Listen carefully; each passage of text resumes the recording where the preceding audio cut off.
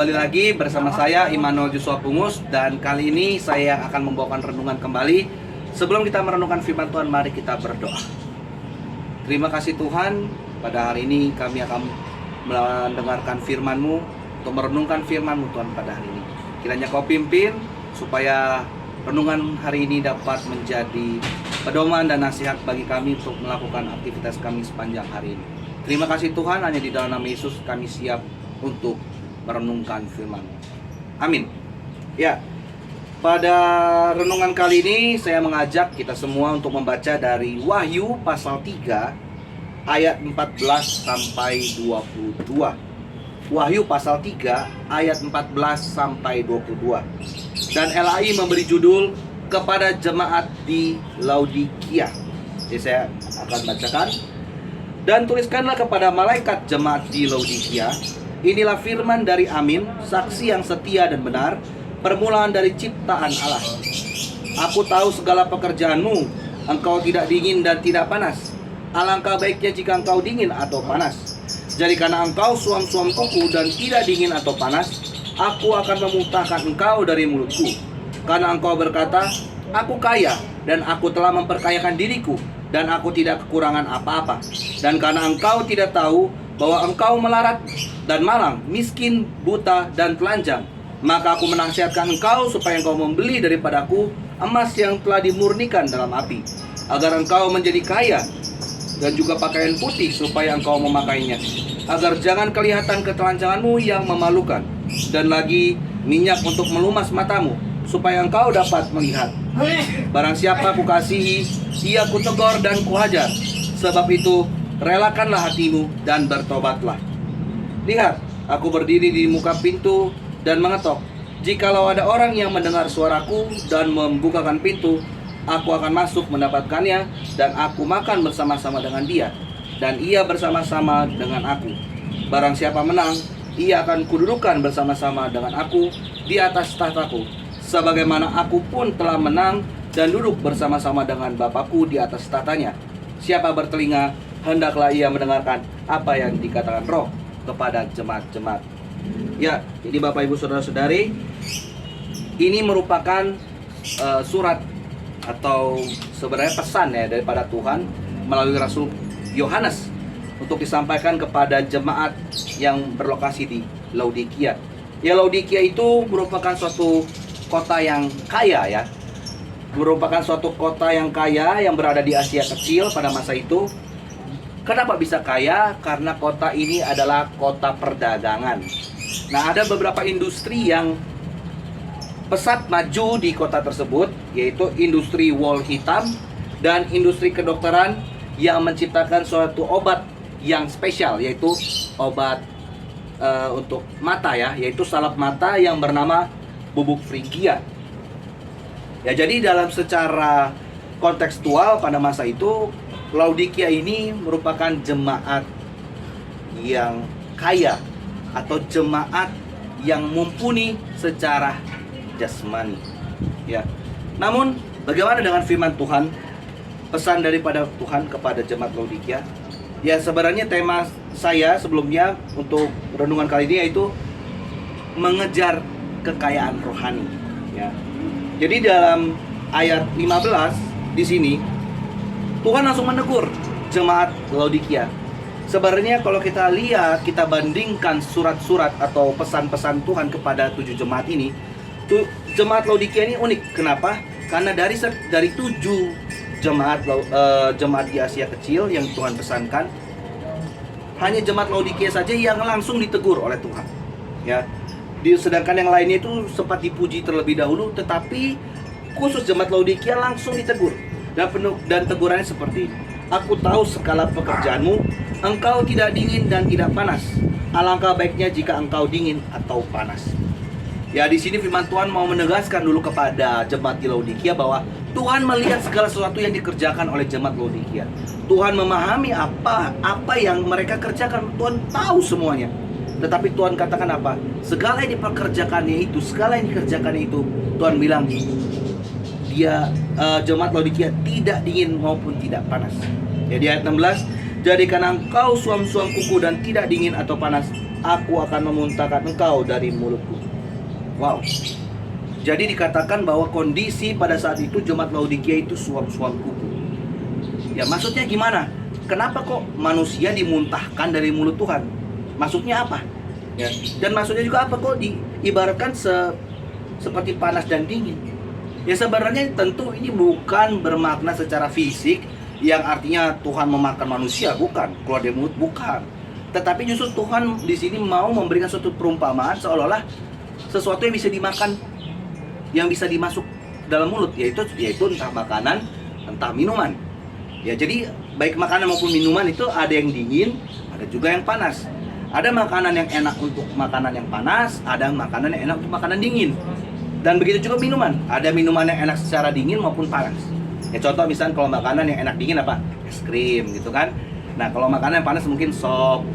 Dan sebaliknya minuman es gitu, minuman es dingin enak. Ada juga yang enak panas apa? Misalkan teh hangat pada pagi hari.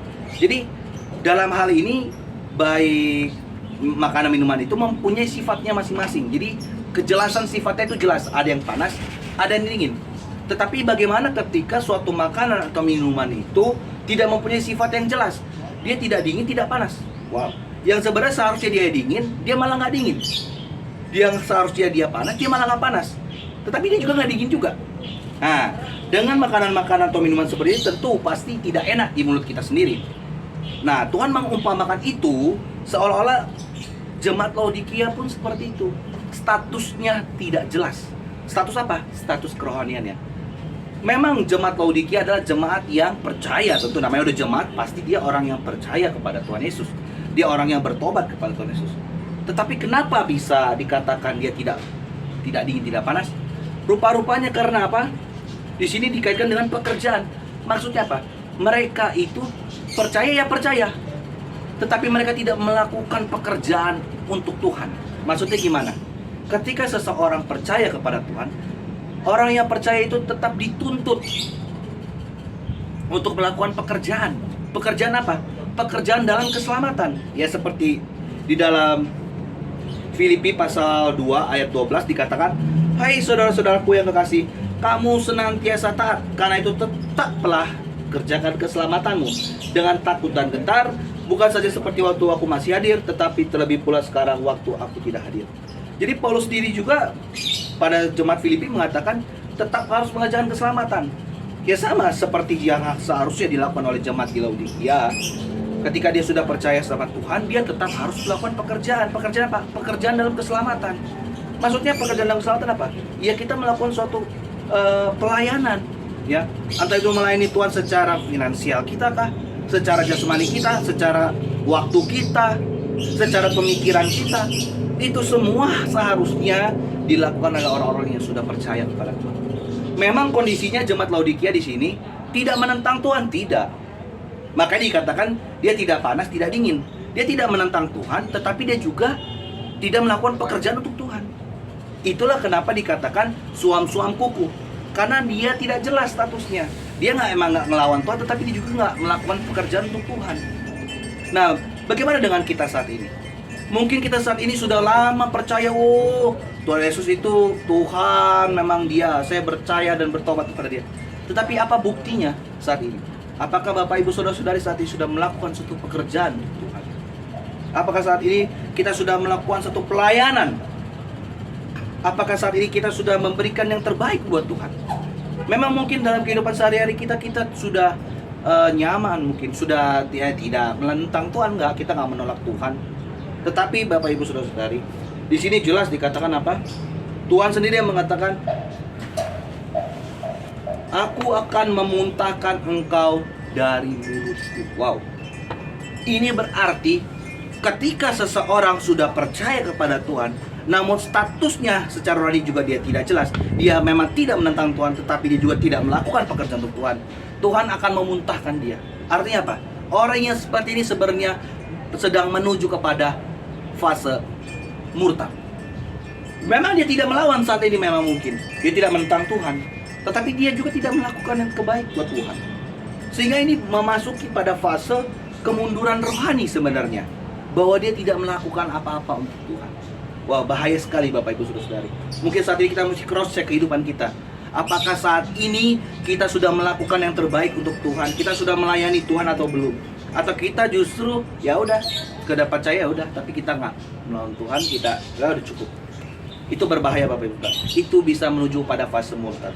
Lalu selanjutnya dikatakan, karena engkau berkata, aku kaya dan aku telah memperkayakan diriku dan aku tidak kekurangan apa-apa, dan karena engkau tidak tahu bahwa engkau melarat dan malang miskin, buta dan telanjang, maka aku menasihatkan engkau supaya engkau membeli daripadaku emas yang telah dimurnikan dalam api, agar engkau menjadi kaya, dan juga pakaian putih supaya engkau memakainya, agar jangan kelihatan ketelanjanganmu yang memalukan, dan lagi minyak untuk melumas matamu supaya engkau dapat melihat. Wow. Ini sebenarnya saya sudah tunjukkan tadi, sudah jelaskan tadi bahwa sebenarnya secara jasmani jemaat Laodikia ini kaya. Tetapi kenapa Tuhan katakan dia miskin? Mereka miskin? Tentu hal ini bukan berkaitan tentang jasmaninya, tetapi justru tentang hal rohaninya. Mereka memang kaya secara jasmani, tetapi miskin secara rohani. Dan inilah yang sebenarnya renungan pada kali ini mau mengingatkan kita untuk mari kita mengejar hal-hal rohani, kekayaan dalam rohani. Bukan justru kita nyaman di dalam kekayaan kita secara jasmani. Mungkin ya sama seperti jemaat Laodikia ini. Mereka sudah kaya secara jasmani, sehingga mungkin mereka sudah masuk dalam zona nyaman mereka. Mereka hanya diam-diam saja. Saya yang penting saya percaya Tuhan, saya tidak menentang Tuhan.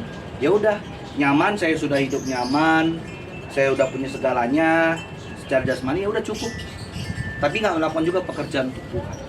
Ini berbahaya Bapak Ibu Saudara-saudara. Kekayaan yang membuat kita nyaman bisa menjerumuskan kita kepada fase murtad yang tadi dikatakan tadi, dimuntahkan oleh Tuhan.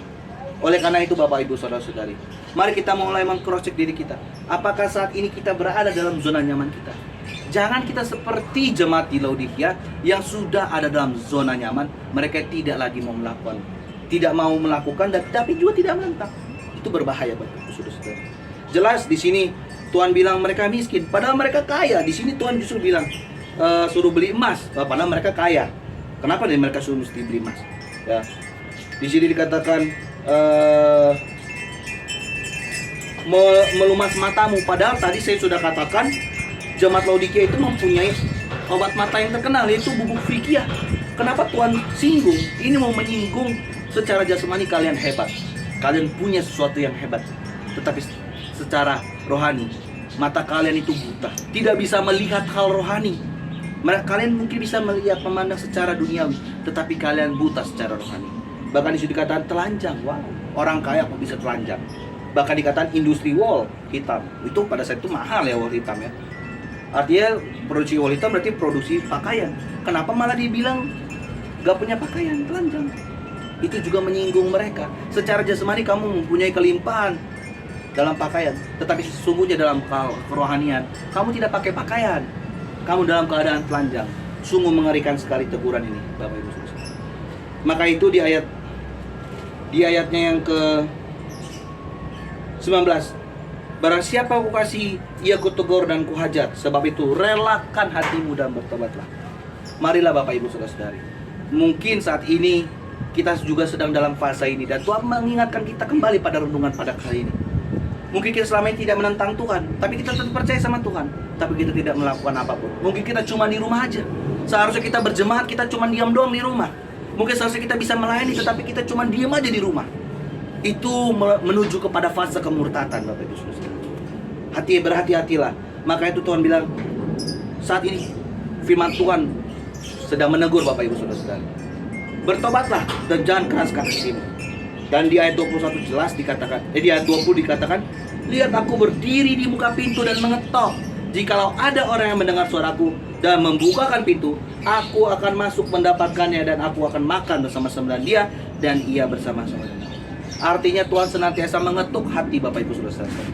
Apakah saat ini Bapak Ibu Saudara-saudari mau membuka hatinya, membuka hati kembali untuk Tuhan? Di mana maksudnya? Untuk melakukan pekerjaan untuk Tuhan. Jangan kita biarkan untuk kita berleha-leha dalam kenyamanan kita. Kita terperosok dalam zona nyaman kita, yang akhirnya kita tidak melakukan kebaikan ataupun tidak melakukan pekerjaan, kita tidak melakukan pelayanan untuk Tuhan. Marilah Bapak Ibu Saudara-saudara, saat ini kita diingatkan kembali, kejarlah hal rohani, kejarlah kekayaan rohani. Jangan kita berada di zona nyaman kita sehingga kita terbuai dengan kenyamanan jasmani kita, tetapi sesungguhnya kita miskin secara rohani. Dan sekian pada hari ini, kiranya dapat mengingatkan kita kembali untuk kita tetap senantiasa melayani Tuhan, kita melakukan pekerjaan untuk Tuhan. Mari kita berdoa. Terima kasih Tuhan atas renungan pada hari ini. Kami kembali diingatkan untuk kami mengejar kekayaan rohani, kami mengejar perkara-perkara rohani. Biarlah justru dengan hal jasmani yang mungkin kami mempunyai banyak hal secara jasmani, itu dapat kami pakai untuk pelayanan bagi nama-Mu. Pimpin kami ya Roh Kudus, hanya di dalam nama Tuhan Yesus kami berdoa. Amin. Maranatha.